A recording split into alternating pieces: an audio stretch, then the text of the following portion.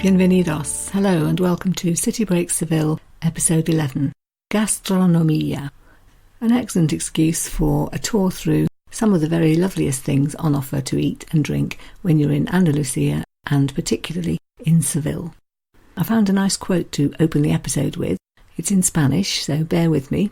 Apparently it's a Spanish proverb and it sounds like this: A quien Dios quiere bien, en Sevilla le da a comer, which I believe means, he whom the gods favour will be given the opportunity to eat in Seville. So if that doesn't set your taste buds going, I don't know what will. I can contrast that actually with a quotation from one of the archetypal Brits abroad, one Richard Ford, travelling in the 1830s. I suppose we have to accept that he probably didn't have the opportunity to be as cosmopolitan as we like to think we are today.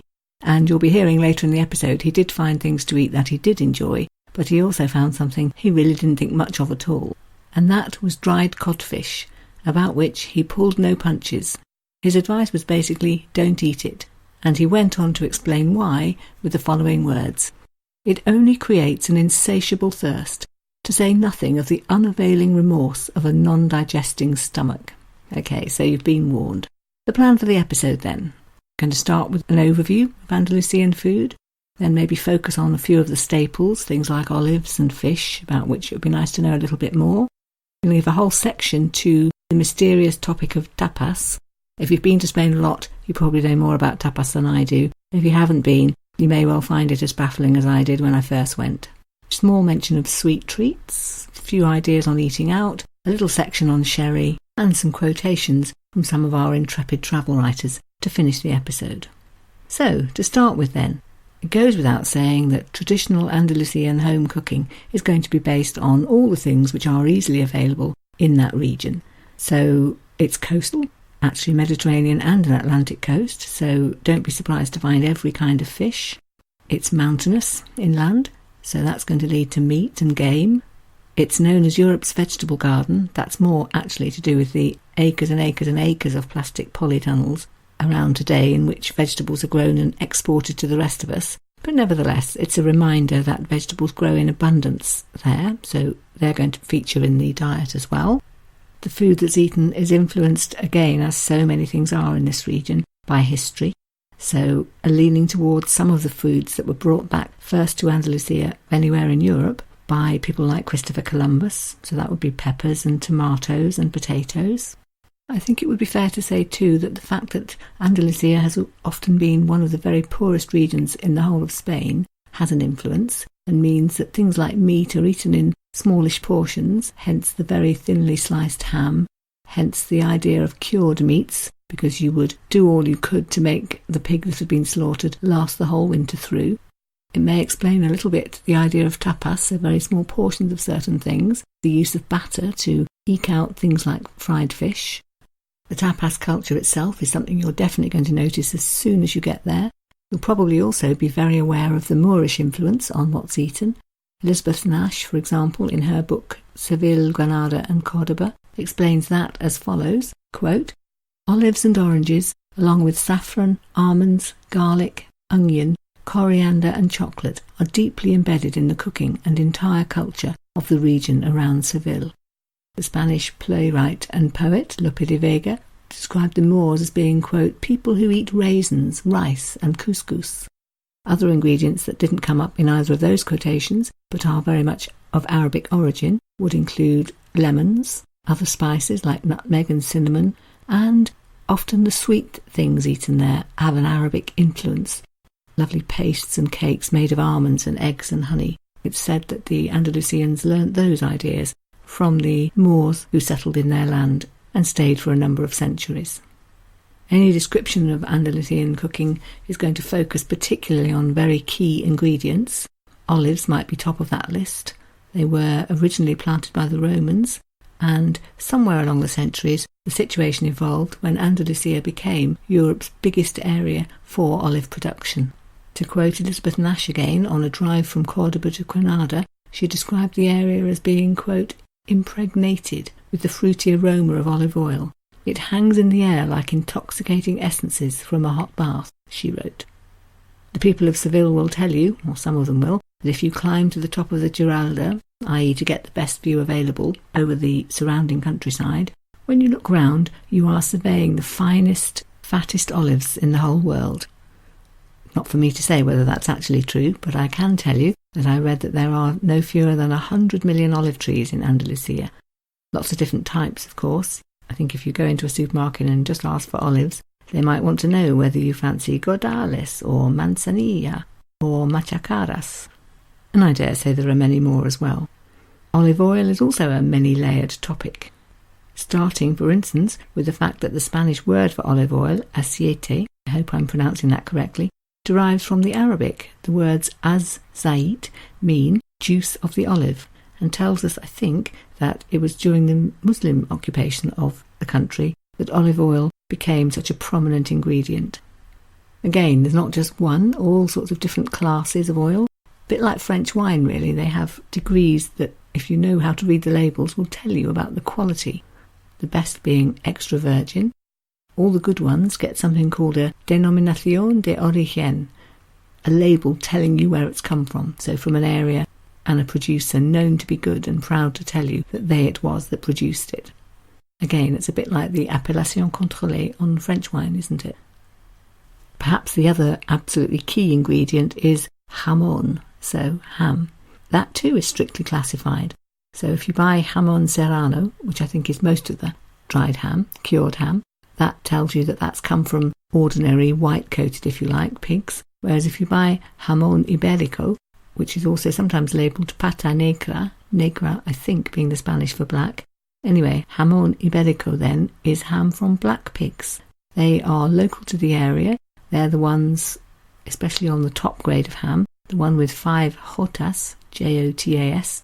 That tells you that the pigs were free range and that they've been fed on a diet of acorns. Meat in general is definitely part of the diet. Beef, actually even bull meat, found on menus labelled things like rabu de toro, which means bull's tail, but also other pork products. For example, chorizo, spicy pork sausage, morcilla, which is a blood sausage, and all of these things, an indication, I think, of the careful husbandry that was the tradition in rural Andalusia. You may have had a pig and reared him, but you didn't have an endless supply and you had to use every last part of it. Moving on from meat then, come to fish, another absolute mainstay, as it would be in a land between the Atlantic and the Mediterranean. You can find all the sorts of fish that are well known in the UK, often served under the title pescadito frito, which means fried fish.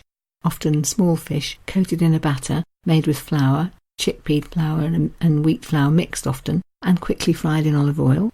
Certainly a much, much greater variety of fish and seafood than we're used to. You'll find all the familiar things, hake, prawns, tuna, sardines, sole, and so on. You'll also find things that perhaps we don't eat quite so often. Squid and anchovies, oyster, clams, swordfish, octopus. So there's obviously a lot to get to know and understand. And to help things along a little bit, I'm going to read 2 quotations from a book called Seville, Magic City. I think it's some kind of official guidebook, perhaps produced by the tourist board, although it doesn't say that. But it does read quite authoritatively, and it's got a nice description of typical Sevillian food in the 2 distinct seasons, so one for the summer, one for the winter. So here goes. Intended to alleviate the summer heat are the gazpacho andaluz, the Sevillian ensaladilla, and other types of cold foodstuffs, such as the salpichon and varied salads. The pescadito frito is a variety of small fish, floured and fried in deep olive oil and eaten throughout the year. A wide range of cold meats is also eaten, serrano ham, different cheeses, and the traditional serranito, an Andalusian bread roll, originally from Seville. In winter, there is the native cocido andaluz stew, with chickpeas and fatty meats, beef, chorizo, blood sausage and ham, fried fish, chickpeas with spinach, elaborated in the style coming to us from the Arabs. I think that's been slightly weirdly translated actually, as well as oxtail, larded pork fillet, an Andalusian tripe dish called menudo, flamenco-style eggs, potatoes, and a chopped meat and vegetable soup called picadillo. I don't know if that helps at all. I hope so.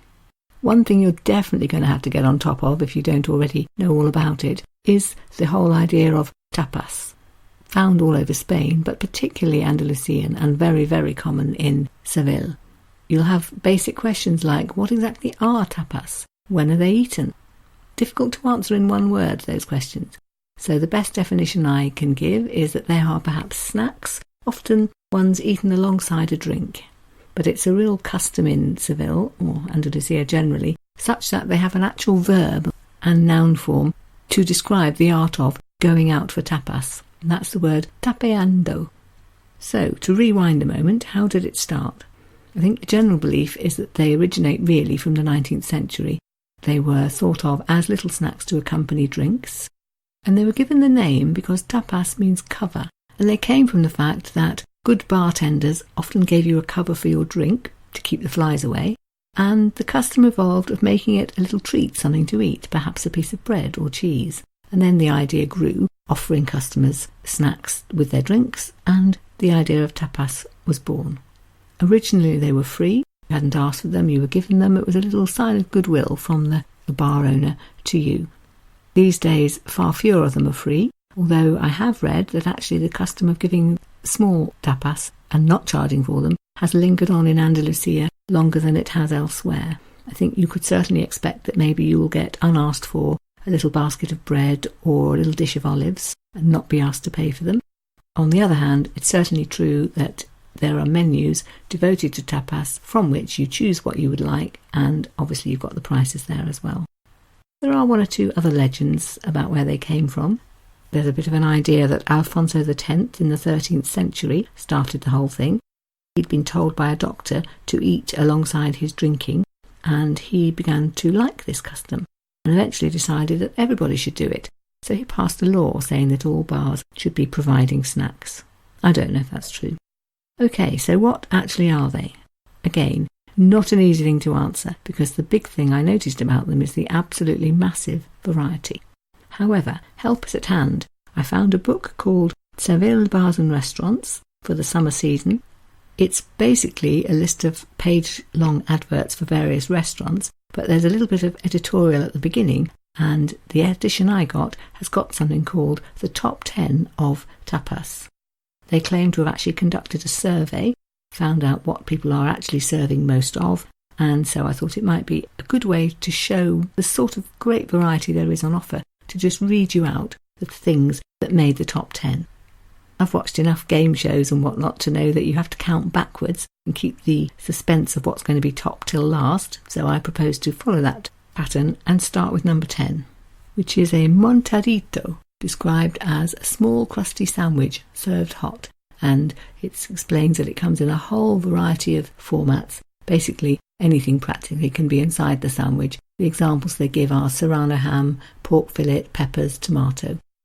Number 9 you may have been expecting, Spanish omelette, small slice thereof, made in a pan, quite a deep omelette, and cut into little wedges.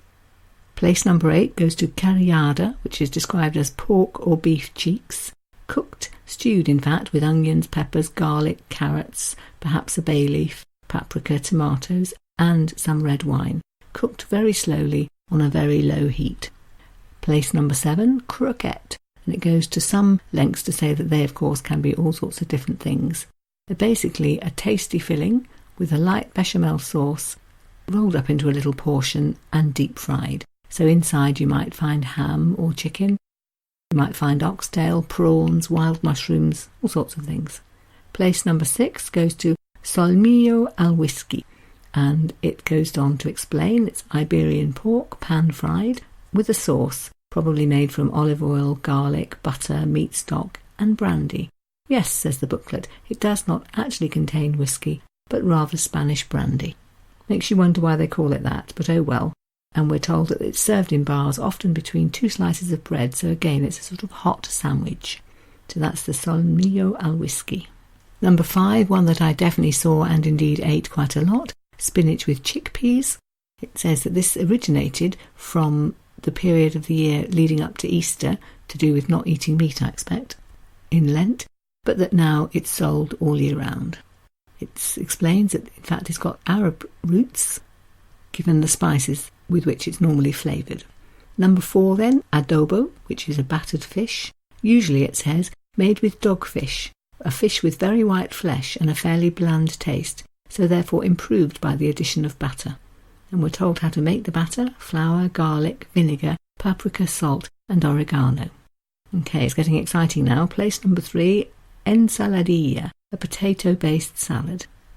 The simplest version will be just simply chopped boiled potato with olive oil and mayonnaise, but there might be additions, prawns perhaps, or what they call Russian style, cooked and diced peppers, carrots, peas.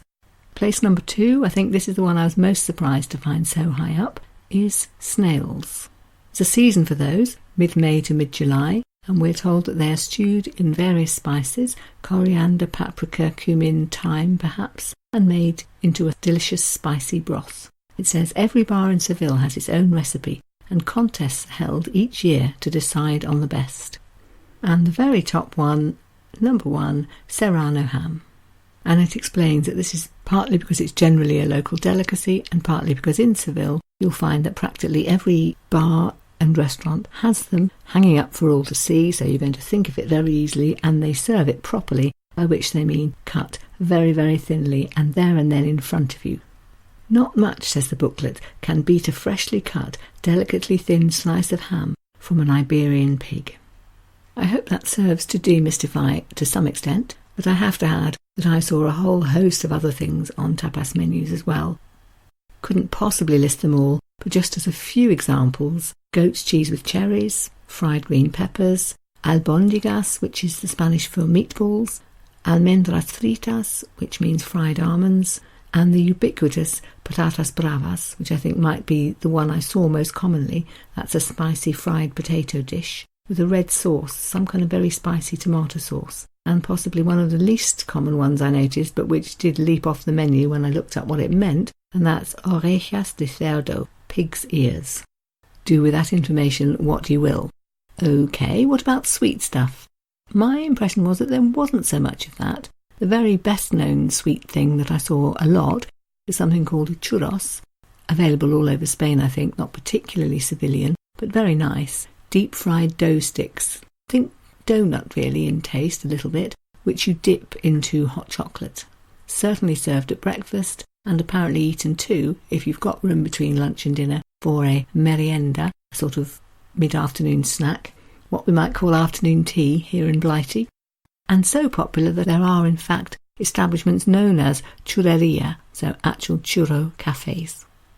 Other than that, I would say a lot of fruit was eaten. Ice cream was very popular. I did see some wacky flavours, such as lime and basil, and watermelon and rosemary. But my absolute top favourite, I'm afraid, was muerte por chocolate, for which I guessed the translation to be death by chocolate.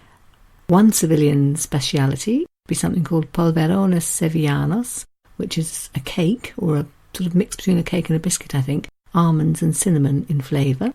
Certainly I saw a number of references to something which translates as heavenly lard. It's a sort of cream caramel, really, a custard dessert with a caramel topping. And the Spanish for that is tocino de cielo. Definitely there's an Arabic influence in the sweet foods. We've seen already a reference to the fact that puddings and pastries made with almonds, eggs and honey are popular. Other key ingredients which are Arabic in origin would include raisins, cinnamon, lemons. Also then the New World influence in the shape of chocolate, which was originally imported from Mexico and found great favour in Spain. Richard Ford on his travels in the 1830s noted that, quote, chocolate is for the Spanish what tea is for the English. Actually, what he didn't know is I think we're pretty addicted to both of those, in combination preferably, but anyway.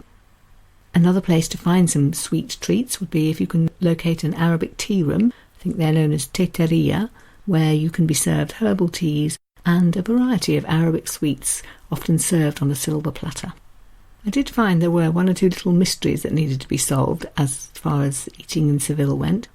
One was what do they eat when, and in the end I think the general pattern is breakfast, but a rather light affair, maybe just coffee, possibly coffee and churros, or possibly some toasted bread with olive oil and a tomato topping.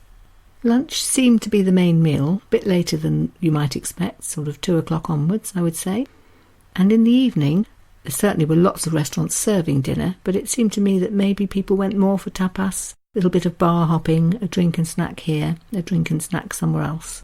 and that generally eating was done later in the evening than it would be in, for example, the UK.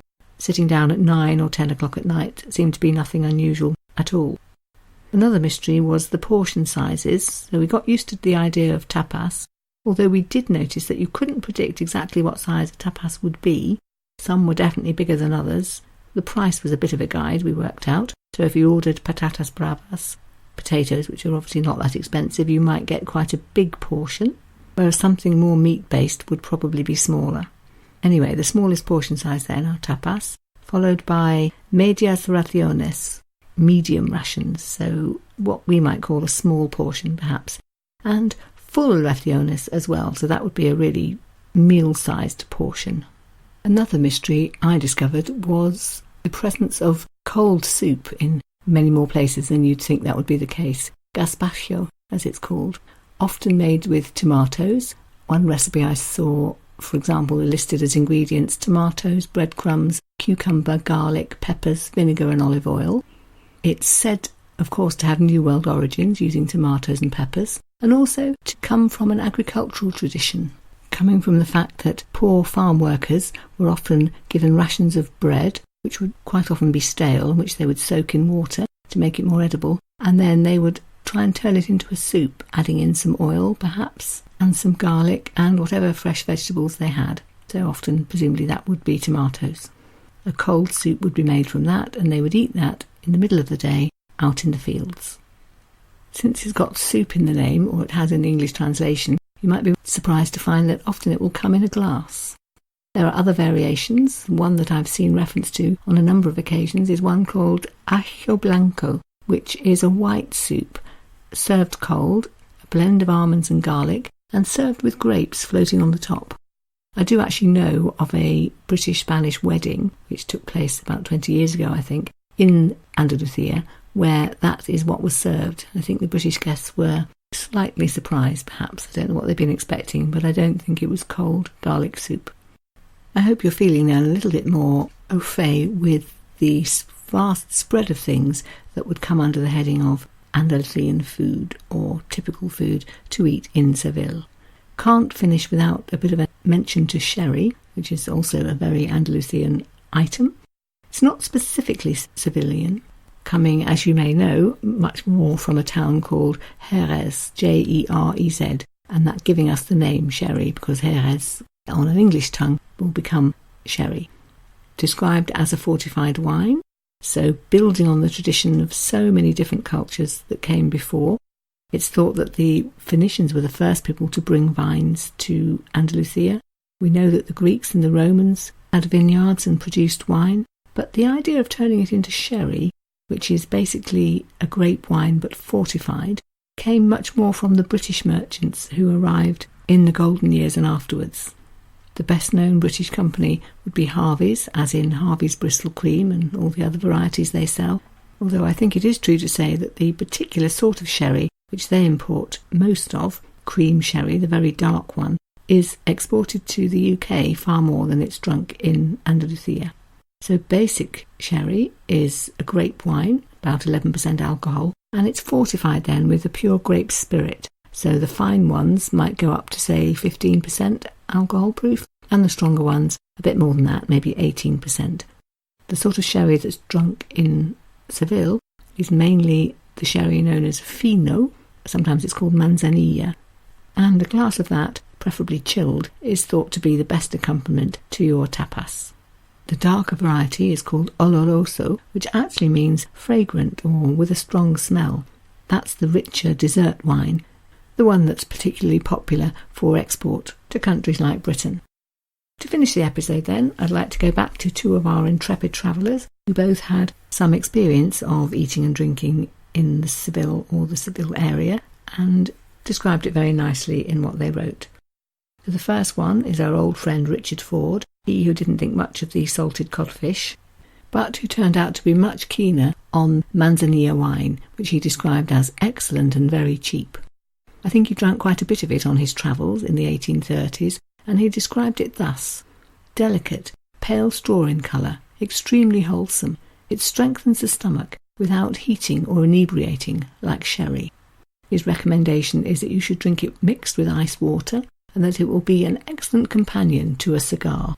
He also felt that you should drink it with little biscuits known as alpistera biscuits, and thinking, I imagine, that readers back in Britain wouldn't know what they were, he very helpfully gave the recipe. So here's what he put about that. Quote, "Make it thus. To 1 pound of fine flour, mind that it is dry, add 1/2 pound of double refined, well sifted, pounded white sugar, the yolks and whites of 4 very fresh eggs, well beaten together. Work the mixture up into a paste, roll it out very thinly, cut it into squares about half the size of this page." The page size, by the way, was about 7 by 4 inches. Then cut it into strips so that the paste should look like a hand with fingers. Dislocate the strips and dip them in hot, melted fine lard until it's crisp and of a delicate pale brown.